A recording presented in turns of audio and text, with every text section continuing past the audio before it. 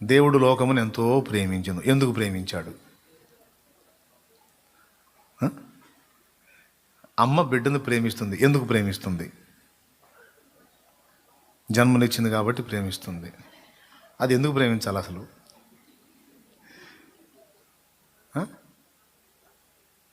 బాధ్యత కాబట్టి. సరే, దేవుడు లోకాన్ని ఎంతో ప్రేమించాడు. సరే, బాగుంది. మంచివాళ్ళ కోసం అంటే చచ్చిపోవచ్చు. చెడిపోయిన వాళ్ళ కోసం చావటం ఏంది? ఇంత దారుణంగా చెడిపోయిన పనికి మళ్ళీ పాపిష్టాళ్ళ కోసం చచ్చిపోవటం ఏంటి అంత చిత్రవదగా?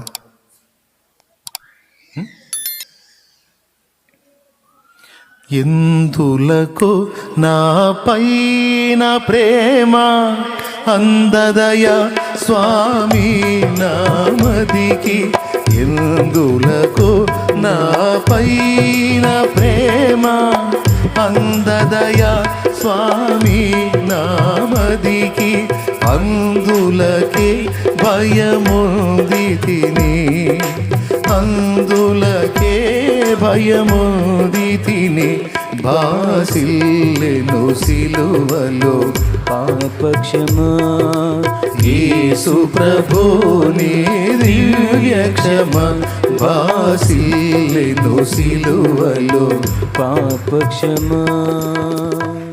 మాసిలామణి గారికి అర్థం కాదు. ఎందుకో నా పైన ఇంత ప్రేమ అందట్లేదయ్యా నా మదికి, అందుకే భయం వేసింది అని అన్నాడు. ఎందుకు దేవుని ప్రేమ అర్థం కాదు అంటే చెప్తా. దేవుడే ప్రేమ.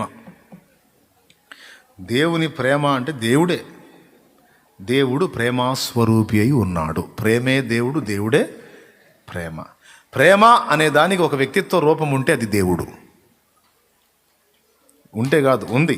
దేవుడు ప్రేమాస్వరూపి అన్నది లేఖనం. ప్రేమ నీకు అర్థమైన నాడు దేవుడు అర్థమైపోయినట్టే కంప్లీట్గా. దేవుడు కంప్లీట్గా అర్థమయ్యే అవకాశం ఉందా నీకు? సో ప్రేమ కూడా నీకు కంప్లీట్గా అర్థం అవ్వటం కష్టమే.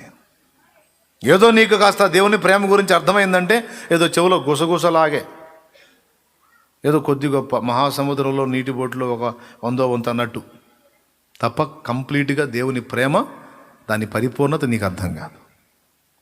అర్థమైనంత వరకు ఎంత మాత్రం నీకు బయలుపరచబడింది, ఎంత మాత్రం నీకు అవగాహన కలిగింది అనేదాన్ని ఆయన పరిశోధన ద్వారా తెలుసుకుంటాడు. అంటే కంప్లీట్గా నువ్వు ఆయన ప్రేమను మొత్తాన్ని అర్థం చేసుకోవాలని అనుకోవటల్లా. నీకు ఎంత మాత్రం బయలుపరుస్తున్నాడో ఆ బయలుపరచబడినంత వరకైనా నీకు ఎక్కిందా మనసులోకి, లేకపోతే ఇంకా అర్థం కాక జుట్టు వీక్కుంటున్నావా? ఎందుకు ఈ మాట చెప్తున్నానంటే, దేవుని ప్రేమ ఆయన ఎంత మాత్రం మనం తెలుసుకోవాలని అనుకుంటున్నాడో అంత మాత్రం కొంతమందికి అర్థమైంది, కొంతమందికి ఇంకా అర్థం కాల.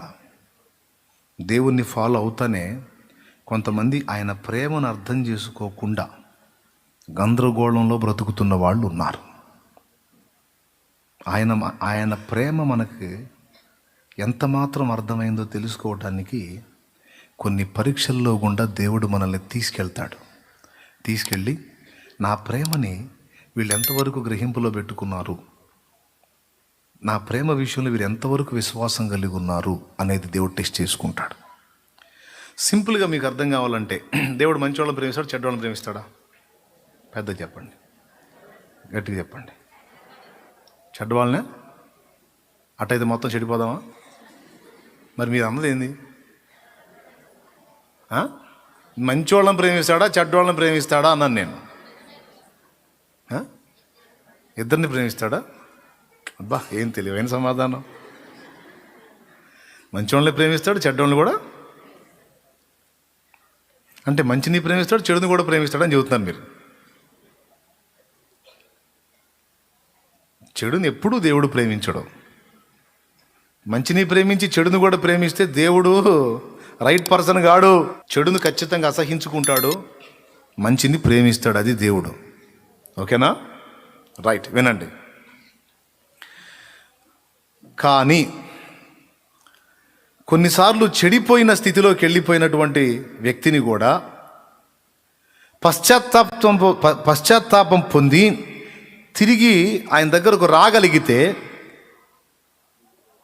ఏ స్థాయిలో చెడిపోయిన వ్యక్తినైనా సరే పరిపూర్ణముగా మళ్ళా ప్రేమించి చేర్చుకోగలిగే గొప్ప ప్రేమ కలిగిన హృదయం దేవునికి ఉంది.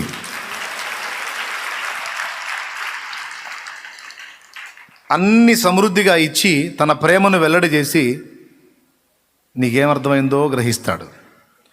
కొన్నిసార్లు నీకున్నవి కొన్ని కావాలని తొలగించి అందులో నీకేమర్థమైందో ఆయన పరీక్షించుకుంటాడు. ఉదాహరణకి, నువ్వు కోరుకున్నవని నీకు ఇచ్చినప్పుడు దేవుడు ఎంత ప్రేమ, అబ్బా ఎంత ప్రేమ నీకు. మనకిష్టమైన కొన్ని తొలగించినప్పుడు ఆయన ప్రేమ మీద మనకు అనుమానం వచ్చింది. బాగా వినాలి. ఏమొచ్చింది? ఎందుకు దేవుడు నాకు ఇట్లా చేశాడు? ఆయన నేనంటే ఎంతో ప్రేమ అన్నాడు కదా, అంత ప్రేమ ఉన్నప్పుడు నాకు ఇట్లాంటి పరిస్థితి ఎందుకు రానిచ్చాడు, నాకు ఇలా ఎందుకు జరిగింది అని ఆయన ప్రేమను మనం అనుమానించేటువంటి శోధన అన్నమాట. ఆ పరిశోధన కొన్నిసార్లు మన జీవితంలోకి రాణిస్తాడు. ఆయన రాణిస్తాడని ఎక్కడుంది అంటే ఆదికాండం స్టార్టింగ్లోనే మనకు కనపడిద్ది. సర్పాన్ని తోటలోకి ఎంటర్ చేసి వారి యొక్క ప్రేమను ఆయన పరీక్షించి చూసుకున్నాడు. అన్నీ తినమన్నాడు, ఆ ఒక్కటి ఎందుకు తినొద్దన్నాడు? నిజంగా ప్రేమ గలవాడైతే అది కూడా తినమనాలి కదా. కానీ అన్నీ తినొచ్చు, ఈ తోటలో చెట్ల ఫలాలన్నీ తినొచ్చు, ఆ ఒక్కటి మాత్రం తినొద్దన్నాడు. ఇది ఒక్కటి నచ్చలా.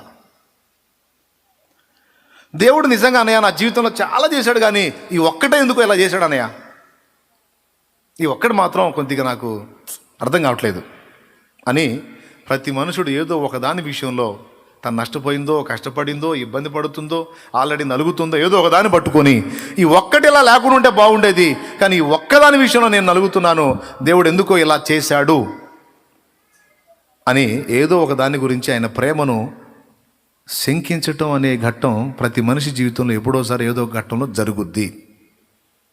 అర్థమైందా? దేవునికి మహిమ. నీ ప్రేమను ఎలా టెస్ట్ చేస్తా, ఆయన ప్రేమను ఎలా అర్థం చేసుకున్నావో పరీక్ష చేసుకోవటానికి కొన్నిసార్లు నీకు చేదు అనిపించేవి, నీకు నచ్చనివి, నీకు ఇష్టం లేనివి నీ జీవితంలోకి వచ్చేటట్టు అనుమతిస్తాడు. ఆయన నీ జీవితంలోకి వచ్చినప్పుడు నువ్వు ఆయన ప్రేమను శంకిస్తున్నావా, లేకపోతే ఆ చేదైన అనుభవాల్లో సైతం దేవుని ప్రేమని నువ్వు గుర్తుపట్టే ఉన్నావా అనేది కావాలి దేవుడికి. రైట్. పరిశుద్ధమైన జీవితంలో, పవిత్రమైన జీవితంలోకి నిన్ను నడిపించి, బాగా వినండి, పరిశుద్ధమైన జీవితంలో, పవిత్రమైన జీవితంలోకి నిన్ను నడిపించి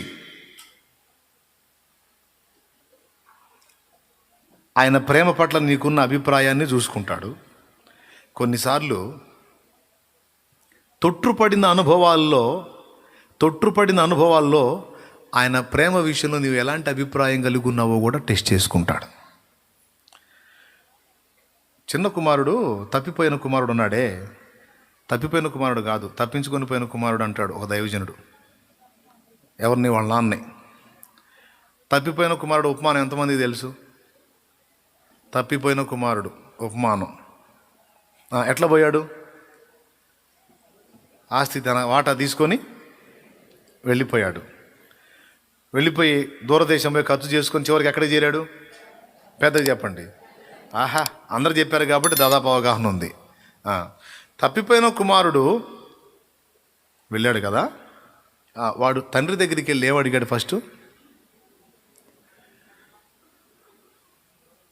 ఫస్ట్ పోయి ఏమన్నాడు తండ్రి దగ్గరికి? నా ఆస్తి వాడిదా? ఆస్తి ఎవరిది? పెద్దగా తండ్రిది. వాడు సంపాదించాడా? నాతో ఉండి నేను చెప్పినట్టు తింటే నీకు రాస్తా. ఇప్పటికి ముసలోళ్ళు అవి కూడా కొంతమంది పిల్లలకి ఇంకా ఆస్తులు పెట్టట్లా. ముసలోళ్ళు అవి కూడా పిల్లలకు కూడా పాపం, పిల్లలు కూడా ముసలోళ్ళు అవుతున్నారు, ఇంకా ఆస్తులు పెట్టట్లా. ఏంది పెట్టేది? వాడు సంపాదించారు ఏంది? మా కష్టమేడా అన్ని వాడికి రాసేస్తే నాగచ్చి కాదా, వాడి వాటా వాడికి రాసి ఏ వాటా ఏం చేసాడండి వాడు? కష్టపడ్డవాడికి వాటా. నేను పోయినాక తీసుకోమని వాడు వాటా. వాడు సహజంగా ఎవరైనా వాటాలు ఎప్పుడు పంచుకుంటారు? ఉన్నప్పుడు పంచుకుంటారు, పోయినాక పంచుకుంటారా? పెద్ద చెప్పండి, విధానం పెడతాను. ఉన్నప్పుడా పోయినప్పుడా? కొంతమంది అయితే శవాన్ని ఆడబెట్టి లోపల కొట్టుకుంటుంటారు. దేవునికి స్తోత్రం కలిగిన కాక పల్లెటూళ్ళ పొలాల దగ్గర కొట్టుకుంటాడు. ఫలానా దిక్కు పొలం నీది, ఈ దిక్కు పొలం నీది, ఇక్కడ ఈ పొలం నాది అంటే ఆ ఊరి దగ్గరది నీకను దూర పొలం నాకా? కాదు కాదు, ఇదే నాకు, అది నీకు. ఓ అబ్బా, దగ్గర పొలాలు దూర పొలాలు అని అనుకుంటూ ఉంటారు. పండే పొలం అని పండని పొలం అని కొట్టుకుంటూ ఉంటారు. అవునా? అమ్మ బంగారం కొట్లాట పెట్టిద్ది, అమ్మ స్థలాలు కొట్లాట పెడతాయి. పెట్టవా? అమ్మ కట్టిన ఇన్సూరెన్స్ కూడా ఫైటింగ్ పెట్టి సహజంగా పోయాక జరుగుతాయి తంతులన్నీ. ఉన్నప్పుడు అన్నీ బాగున్నప్పుడు ఎవరో, కానీ వీడొచ్చి నాకు రావాల్సిన వాటా నాకు ఇవ్వు అన్నాడు. వినండి, తండ్రి అక్కడ నిర్బంధించవచ్చు. అవకాశం ఉంది, హక్కు ఉంది. అవకాశం ఉంది, హక్కు ఉంది. పెద్దోడు అడగలా, చిన్నోడు వచ్చి అడిగాడు. తండ్రి ఏమన్నా, ఎరా ముందు పుట్టింది నువ్వా వాడా? వాడు అడగలా, నువ్వు అడుగుతున్నావు. ఏం సంపాదించావనరా? నా వాటా నాకు ఇవ్వంటున్నావే. మనమేమన్నా ముగ్గురం కలిసి ఏమన్నా పార్ట్నర్గా వ్యాపారం చేసామేంది? ఎవడు వాటా వాడు తీసుకోవడానికి? కష్టం నాది, సంపాదించింది ఇక్కడ నేను, ఎవరు మూసుకొని పో అనాలా? అయినా ఎక్కడికో పోతానంటున్నావు ఏంట్రా? ఇక్కడ ఉంటే ఏదో ఆలోచిస్తా, ఎక్కడో నేను పోయి ఎక్కడెక్కడో పనికి మాలిన పనులు చేస్తా తిరుగుతానంటే నేను ఎందుకు ఇస్తా అనొచ్చు. అనలా. తప్పిపోతా డాడీ అంటే తప్పిపో కుమారుడా. దేవునికి స్తోత్రం. చెడిపోతా డాడీ, చెడిపో కుమారుడు అన్నట్టుందా లేదా? తంతు చూడండి మీరు. అవునా? గడ్డి తినే చేష్టాలు చేస్తా డాడీ, తిను కుమారుడా. దేవునికి స్తోత్రం. అన్నట్టుందా లేదా పెద్ద ఆయన చేసిన పని? అసలు ఆయన ప్రేమిస్తున్నాడా? ప్రేమిస్తే ఏం చేయాలా? ఆడు ఇష్టం వచ్చినాడు ఆడు పోతుంటే ఆయన ఏం చేయాలా? బుద్ధి తక్కువడా ఎవడను అని కంట్రోల్ చేయాలా. కానీ కంట్రోల్ చేయలే. నేను పోతా అంటే పో బాబు, చెడిపోతా అలాగే పో బాబు, డబ్బులు తీసుకో బాబు. ఇచ్చాడు, అడవి తీసుకొని పోయాడు. అసలు ప్రేమ గల తండ్రి ఏం చేయాలా? పెద్దగా చెప్పండి. నిర్బంధించాలా, స్వేచ్ఛని ఇవ్వకూడదు. ప్రేమ గల తండ్రి. కానీ ఈ ప్రేమ గల తండ్రిని స్వేచ్ఛనిచ్చాడు. వినండి బాగా. దేవునికి స్తోత్రం. హల్లెలూయా. ఈ మాట, ఈ ఉపమానం చెప్పింది లూకాసు వార్త 15లో. మనుషులా యేసయ్యనా? పెద్దగా చెప్పాలి. యేసయ్యే. ఆ తండ్రి కొడుకు స్వేచ్ఛనిచ్చాడు అన్నాడు. ఆ తండ్రి కొడుకును నిర్బంధించలేదు అని చెప్పాడు. ఆ తండ్రి కొడుకు అడిగినట్టు, వాడు అడిగినట్టు ఇచ్చేశాడు అని చెప్పాడు. ఓకే, వాడు వెళ్ళిపోయాడు. వెళ్ళిపోయిన తర్వాత సొమ్ము బాగున్నప్పుడు అందరూ ఫ్రెండ్స్ వచ్చారు, రాసుకున్నారు, పూసుకున్నారు, మొత్తం అయిపోయింది. వాడిని ఒంటరిగా చేసి ఎటులట్టు జంపు. ఏంది? అన్నీ బాగున్నప్పుడు అందరూ భజన చేశారు. అమ్మో మనుషులు, ఫస్ట్ దేవుడిని నమ్మండి, తర్వాత ఎవరైనా ఒక మనిషిని నమ్మండి, కానీ కంప్లీట్గా మనిషిని పూర్తిగా ఆనుకోవద్దు, కొంపలు అంటుకుపోతాయి. దేవుణ్ణే మనం 100% ఆనుకోదగ్గ వ్యక్తి ఆ ఒక్కడే. దేవుడిని పక్కన పెట్టి మనుషుల మీద ఆనుకున్నామా అయిపోయామే. నమ్మకంగా చేరారు, అంత అయిపోయింది. వాడిని ఆడ పడేసి వెళ్ళిపోయారు. తిరిగాడు, వాడు తాగాడు, ఎగిరాడు, ఏదో చేశాడు, వాడు ఇష్టం వచ్చినట్టు ఊరేగాడు. చివరికి అన్నీ అయిపోయి వాడి దరిద్రం వాడు పోయిన దేశంలో కరువు వచ్చింది. ఏమొచ్చింది? కరువు వచ్చి మనుషులకు ఒక పూట గడిచేదానికి కూడా కష్టమైపోయింది. కష్టమైపోయి చివరికి వాడు ఎదుటోళ్ళ చేత పనులు చేయించుకునే పెత్తందారితనం పోయి, అయ్యా 2 రోజులు అయింది అన్నం తిని, కాస్త ఏదన్నా పని ఉంటే ఇప్పించండి, 100 రూపాయలు కూలి అనుకోండి, 50 రూపాయలు ఇవ్వండి, పర్వాలేదు, సగం కూలి తగ్గించండి అంటే 25 రూపాయలు మేము చేస్తాం నీ దగ్గర. మాగేలాగ ఏడుతుంటే ఏమైందో కదా 50 రూపాయలు అంట అనే పరిస్థితి అటుపక్క నుంచి వస్తుంది డైలాగ్. చివరికి ఎట్లా అయిపోయిందంటే, నాకేం జీతం ఇవ్వద్దు, ఆకలి అవుతుంది, అంత అన్నం పెట్టండి, 3 పూట్ల అంత అన్నం పెట్టండి, మీరు చెప్పిన వ్యక్తి చాకరీ చేస్తాదని ఇళ్ళమిటి తిరగటం మొదలుపెట్టాడు. వాళ్ళేమన్నారు తెలుసా? 2 పూట్ల పెట్టు, నువ్వేం చెబితే మేము చేస్తాం అంటే ఏంటి? 3 పూట్లకి ఫుడ్ పెట్టే పరిస్థితి కూడా లేదు జనాల దగ్గర. బా సరే పోయి 2 పూటలు పెట్టండి అన్నాడు. 1 పూటకు లేక ఎడుతున్నాం మేమేడ అన్నారు. అంటే ఎవ్వరూ ఫుడ్ పెట్టే పరిస్థితి కూడా లేదు. కుర్రోడు ఎట్టెళ్ళాడు, జల్సాగా వెళ్ళాడు, టిప్పు టాప్గా, అన్నీ పోయాయి, బట్టలు చినిగిపోయినాయి, జుట్టు పెరిగింది, గోళ్ళు పెరిగినాయి. ఓ రకంగా చెప్పాలంటే పిచ్చోళ్ళలాగా ఉన్నాడు. తిన్నావా అని అడిగేవాళ్ళు లేరు, ఆ బట్టలు ఏందిరా అలా అయిపోయాయి అన్నోళ్ళు లేరు, ఏందిరా నీ జీవితం అట్లా అయిపోయింది అని అడిగేవాళ్ళు లేరు.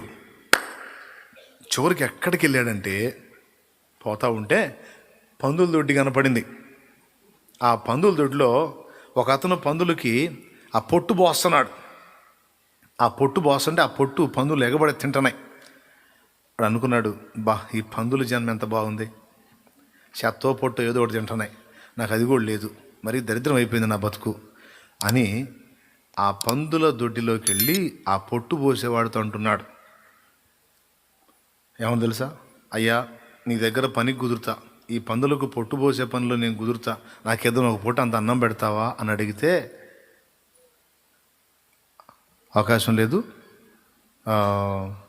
ముందు చేస్తూ ఉండు, నమ్మకం మీద తర్వాత చూస్తాను, అప్పటి వరకు ఏదన్నా ఆ పొట్టు ఇచ్చినప్పుడు ఏదన్నా కాస్త ఆ పొట్టు తిని బతకటమే తప్ప వేరే మార్గం లేదు అన్నట్టు వాడు కనీసం ఏంది అనే సమాధానం చెప్పలా.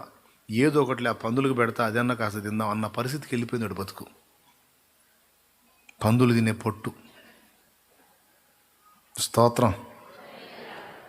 చూడండి, నేను తప్పిపోతాను, నేను చెడిపోతాను అంటే ఈ లోకంలో ఏ మనుషుడైనా దేవుడు ఆపాడా? నేను బారు షాపుకు పోయి తాగుతాను అంటే ఏ మనుషుడైనా దేవుడు ఆపాడా? నేను సినిమా హాల్కి వెళ్ళి సినిమా చూస్తాను అంటే దేవుడు ఎవరన్నా ఆపాడా? నేను పోయి వ్యభిచారం చేస్తాను అంటే దేవుడు ఎవరైనా ఆపాడా? ఫుల్ ఫ్రీడమ్, స్వేచ్ఛ. దేవునికి స్తోత్రం. ఏమండి, ఒక మాట చెబుతానండి, దేవుడు వేసే శిక్షలలో ఒక విచిత్రమైన శిక్ష ఏంటో తెలుసా? దేవుడు వేసే శిక్షలో విచిత్రమైన శిక్ష ఏంటో తెలుసా? నువ్వు త్రోవ తప్పిపోతాను అంటే నిన్ను పోనీయటమే, నీ ఇష్టం వచ్చినట్టు బతకడానికి నిన్ను వదిలేయటమే. ఇది వెరీ డేంజర్. నువ్వు నీ ఇష్టం వచ్చినట్టు ప్రవర్తించడానికి దేవుడు నిన్ను వదిలేయటమే. ఒక రకంగా చెప్పాలంటే అది నీకు ఒక పనిష్మెంట్ అన్నమాట. నన్ను వదిలేస్తే నాకు ఒక పనిష్మెంట్ అది. ఎందుకో చెప్తున్నా విను. తండ్రి నిర్బంధిస్తాడు, వాడు నా ఆస్తి రావాల్సిన నా ఓట నాకు ఇచ్చేసేయి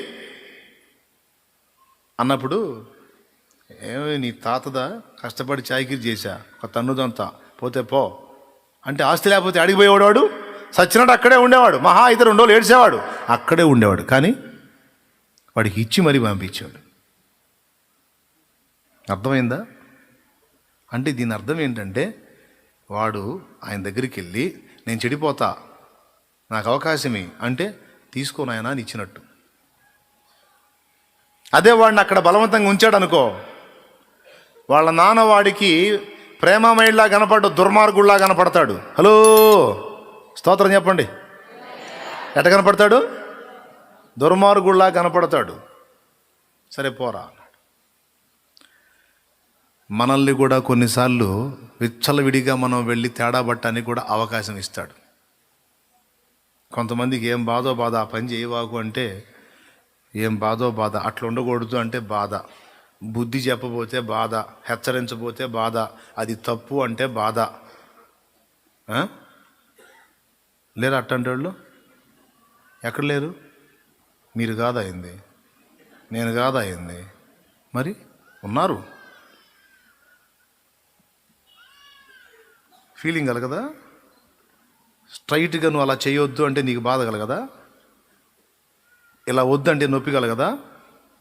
మనం ఏది చేసినా సరే, భర్త ఉన్నాడు, భార్య ఏ స్టెప్ వేసినా సరే ఓకే అన్నాడు అనుకో, అబ్బా మా ఆయనకి ఎంత ప్రేమో. పిల్లలు ఉన్నారు, తల్లిదండ్రి ఎదుట వారు ఎట్లా పడితే అట్లా బ్రతకడానికి వాళ్ళకి స్వేచ్ఛనిస్తే మా డాడీకి ఎంత ఇష్టమో నేనంటే, మా మమ్మీకి ఎంత ఇష్టమో, నేను ఎట్ట తిరిగినా ఏమనరు. అడ్డగిస్తే బాధ. కానీ చూడండి, వినండి చెప్తా. అడ్డగించి ఆపితే, నిర్బంధం చేస్తే ఆ ప్రేమ అర్థం కాదు. సరే వదిలేశాడు, వెళ్ళాడు, వెళ్ళి తిరిగాడు. తెలుసు వాడికి ఏ గతి పట్టిద్దో. శిక్ష ఏంటో తెలుసా? పనిష్మెంట్ ఏంటో తెలుసా? నువ్వు పాపం చేయడానికి బరి తెగిస్తున్నావు, చెయ్యరా, వెళ్ళు చెయ్యి. ఎందుకు తెలుసా? పాపం చేసిన వాడిని పాపం ఎవరికి వదిలిపెట్టదుగా, బండకేసి బాధిదిగా. అడిగిపోతాడు, అడిగిపోతాడు. విచ్చలవిడిగా జీవించడం మొదలుపెట్టిన వాడికి తన్నులు పడతాయిగా. హద్దు అదుపు లేకుండా ఇష్టం వచ్చినట్టు వెళ్ళేవాడికి ఖచ్చితంగా దాని పనిష్మెంట్ ఉంటుంది కదా. పాపానికి ఉన్న లక్షణమే అది. అది క్రూర స్వభావం కలిగింది. చేసేటప్పుడు మస్తు మజా ఇస్తుంది, దాని ఫలితం పొందేటప్పుడు చాలా ఘోరంగా ఉంటుంది. వీడు పోయేటప్పుడు ఎట్లా పోయాడు చెప్పండి? దర్జాగా పోయాడు. పాపం ఎఫెక్ట్ పడి ఎట్లా తయారయ్యాడు? బికారోళ్ళలో తయారయ్యాడు, అంతకంటే దరిద్రంగా తయారయ్యాడు. పందులు తినే పొట్టు కూడా దొరకలా. ఎందుకంటే పందులు గొర్రెల్లాగా గేదెల్లాగా ప్రాప్తంగా వచ్చి మేత్తయా, వచ్చి పన్నే పడతాయి. ఆడ పొట్టు పోస్తే పన్నే పడతాయి వచ్చి. దేవునికి మహిమ. వినండి, వాడు చెడిపోవడానికి అడుగులేస్తే అవకాశం ఇచ్చాడు. వాడు పోయి తేడా పడ్డాడు, మొత్తం భ్రష్టు పట్టాడు. ఆ తర్వాత ఆ పందులు తినే పొట్టు కూడా దొరక్క ఆడు కూర్చొని ఆలోచిస్తున్నాడండి. కన్ఫామ్ ఇక నా సావు మూడింది, నా కడుపు నిండే మార్గమే కనపడట్లా, నన్ను పట్టించుకొని నా బాగోగులు పరామర్శించేవాడు ఎవ్వడూ కనపట్టలా. దొరబాబు బ్రతుకునాది అక్కడ, అడుక్కునేవాడి కంటే హీనమైపోయింది ఇక్కడ నా బతుకు. కనీసం మా ఇంట్లో ఉండే పనోళ్ళు సైతం దర్జాగా ఉంటారు, 3 పూట్ల తిని ఎక్కువైన దాకా వాళ్ళకి ఆహారం ఉంది అక్కడ. కానీ నాకు గొప్పవాణి కుమారునై ఉండి నాకు ఈ గతి పట్టింది, దుర్గతి అని వాడు ఆలోచించి ఒక పని చేశాడండి. వాడు ఒక మంచి పని చేశాడు. అక్కడ కూర్చొని దేవుని ఆ తండ్రి ప్రేమని అంచనా వేస్తున్నాడు. ఏం అంచనా వేస్తున్నాడు తెలుసా? నేను చెడిపోయినోడిని, మా నాన్న కష్టపడి సంపాదించిన ఆస్తి మొత్తాన్ని తీసుకెళ్ళి తగలబెట్టా, పాడు చేశా. వాస్తవంగా నన్ను రానీయుడు లెక్క ప్రకారం. కానీ మా నాన్న మనసు ఎలాంటిదంటే, మా నాన్న ప్రేమ ఎలాంటిదంటే, నేను ఈ స్థితిలో వెళ్ళినా, వినండి వినండి వినండి, నేను ఈ స్థితిలో వెళ్ళినా కనీసం కొడుగ్గా నన్ను ఒప్పుకోకపోయినా, ఓ పనివాడిగా పనిచేస్తానయ్యా అని నేను అనగలిగితే, కనీసం పనివాడిగానైనా నాకు అంత స్థానం మా నాన్న దగ్గర ఉంటుంది, దొరికిద్ది, అందులో మాత్రం డౌటే లేదు. కొడుగ్గా నన్ను అంగీకరించకపోయినా కనీసం పనివాడిగానైనా నన్ను చేర్చుకొని నా అవతారం చూసి జాలిపడి పట్టడి అన్నం పెట్టే అవకాశం మా నాన్న దగ్గర మాత్రమే ఉంది, ఇంకెక్కడా లేదు అని ఆ ఆలోచన వచ్చింది. అతడు ఇక వాడు ఏ పందులతోటికి పోలా, ఏ గొర్రెలతోటికి పోలా, ఏ బంధాలతోటికి పోలా, ఏ ఇంటికి పోలా బిచ్చమెత్తడానికి. అడుక్కున్నా, పనివాడిగా చేసినా, లేకపోతే ఏమైనా మా నాన్న దగ్గరే తేల్చుకుంటా, మా నాన్న తప్ప నాకు దిక్కు లేదు అని తన తండ్రి ప్రేమ విషయమే వాడు ఆలోచన చేశాడు. ఏ విషయమే ఆలోచన చేశాడు? రైట్. ఆ ఆలోచన వచ్చింది. అతడు నేరుగా ఏం చేశాడు? లేచి ఎక్కడికి వెళ్ళాడు? చూడండి, వీడు ఎంత చెడిపోయినాడు, దూరదేశం పోయి ఆ డబ్బుని వ్యసనములకు వేశ్యలకు ఖర్చు పెట్టాడంట. పాపిష్టి పనులన్నీ చేసి వచ్చాడు. పెద్ద మనిషి చెడిపోయినాడా? పెద్దగా చెప్పండి. నేరుగా వస్తూ ఉంటే అల్లంత దూరంలో చూశాడు తండ్రి. చూసి తానున్న ప్రదేశం నుండి పరిగెత్తుకుంటూ వచ్చాడు కొడుకు దగ్గరికి. పరిగెత్తుకుంటా వచ్చి వాడు ఏ స్థితిలోంచి వస్తున్నాడో తెలుసు. దుర్గంధభరితంగా ఉన్నాడు, హేయంగా ఉన్నాడు, దరిద్రంగా ఉన్నాడు, అసహ్యంగా ఉన్నాడు, బట్టలు చినిగిపోయాయి, జుట్టు పెరిగిపోయింది, గడ్డం పెరిగిపోయింది, గోళ్ళు పెరిగిపోయినాయి, అసహ్యంగా ఉన్నాడు. అయినా వెళ్ళి వాని కౌగిలించుకొని వాని మెడ మీద పడి ముద్దు పెట్టుకున్నాడు. ముద్దు పెట్టుకుని, ఎంతకాలం అయిందయ్యా నిన్ను చూసి.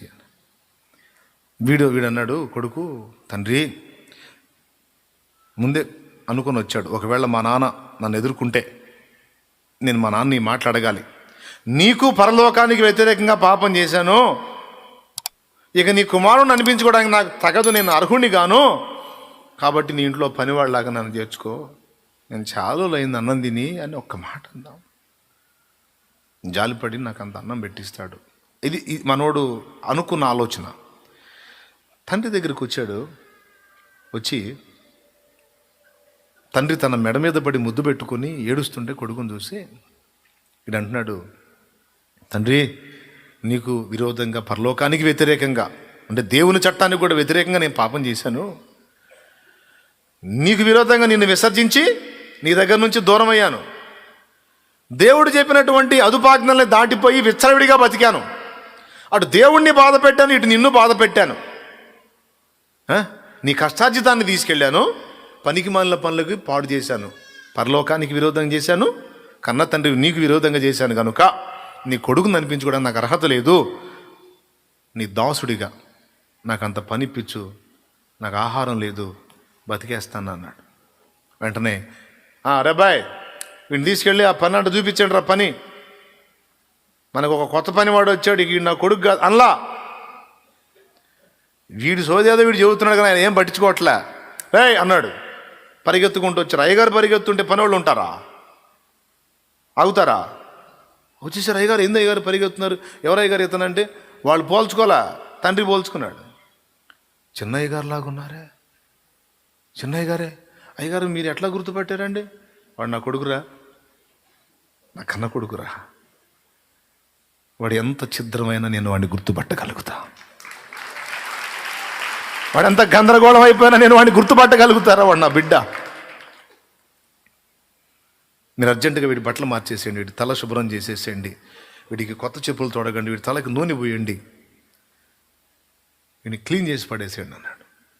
టప టప టప టప మొత్తం నిమిషాల మీద మొత్తం క్లీన్ అయిపోయాడు మనవాడు. దొరబాబు లాంటి వాడు బికారు అయిపోయాడు అడుగు పోయి. కానీ బికారి స్థితిలోకి వెళ్ళిపోయిన వాడు తండ్రి ప్రేమ విషయంలో సరైన అంచనా కలిగి ఉన్నందున నేరుగా తండ్రి దగ్గరికి వచ్చి నిమిషాల్లో మళ్ళా దొరబాబు అయి కూర్చున్నాడు. ఇక నా పాయింట్ ఏంటంటే, కొన్నిసార్లు నువ్వు తప్పిపోవటానికి కూడా, నువ్వు బలహీనతలోకి వెళ్ళడానికి కూడా కొన్నిసార్లు అడ్డగించే దేవుడు కొన్నిసార్లు నువ్వు జారిపోవడానికి కూడా అనుమతిస్తాడు. ఆయనే తెచ్చి నీ మీద నువ్వు పాపం చేయడానికి నీకు దారి వేయడు, కానీ ఆ అవకాశాలన్నీ సాతాను ఇస్తుంటాడు మనకి. చెడిపోవటానికి దారులు, బలహీనపడటానికి దారులు, గడ్డి తినే చేష్టాలు చేయడానికి దారులు, అవకాశాలన్నీ సైతానుగాడు ఇస్తుంటాడు, దేవుడు అడ్డుపడుతుంటాడు. కానీ కొన్నిసార్లు తప్పిపోయిన కుమారుడు తప్పిపోవడానికి ఇష్టపడితే తండ్రి వాడికి అవకాశం ఇచ్చినట్టు వదులుతాడు. ఆయన ప్రేమ మనకి ఎంతవరకు అర్థమైందో అనేక రకాలుగా మనల్ని పరిశోధించి పరీక్షించి చూసుకుంటాడండి దేవుడు. గెలుపుల్లోనే కాదు, కొన్నిసార్లు ఓటముల్లో. కొంతమంది అడుగులు జారి యోధాలాగా తేడా పడతారు. యోధా దేవుని ప్రేమను నమ్ముటలో తప్పిపోయాడు. యేసు ప్రభుని 30 వెండి నాణేలకు అమ్మాడు. తర్వాత పశ్చాత్తాపడ్డాడు. వాళ్ళ దగ్గరికి వెళ్ళాడు. నేను తేడా పడ్డానా, ఎలారా నిరపరాధి రక్తమని అప్పచెప్పాను, వద్దు మీ డబ్బులకు మీకు ఒక దండం, ఆయన వదిలేసేయండి అన్నాడు. వాళ్ళు ఏమన్నారు? అమౌంట్ అయిపోయింది, పర్సన్ని మేము స్వాధీనం చేసుకున్నాం, ఇంకా ఇంకా ఇంకా మాటలేం లేవు, పో అన్నారు. అప్పుడేం చేశాడు? నేరుగా ఎక్కడికి పోయేది ఉండే?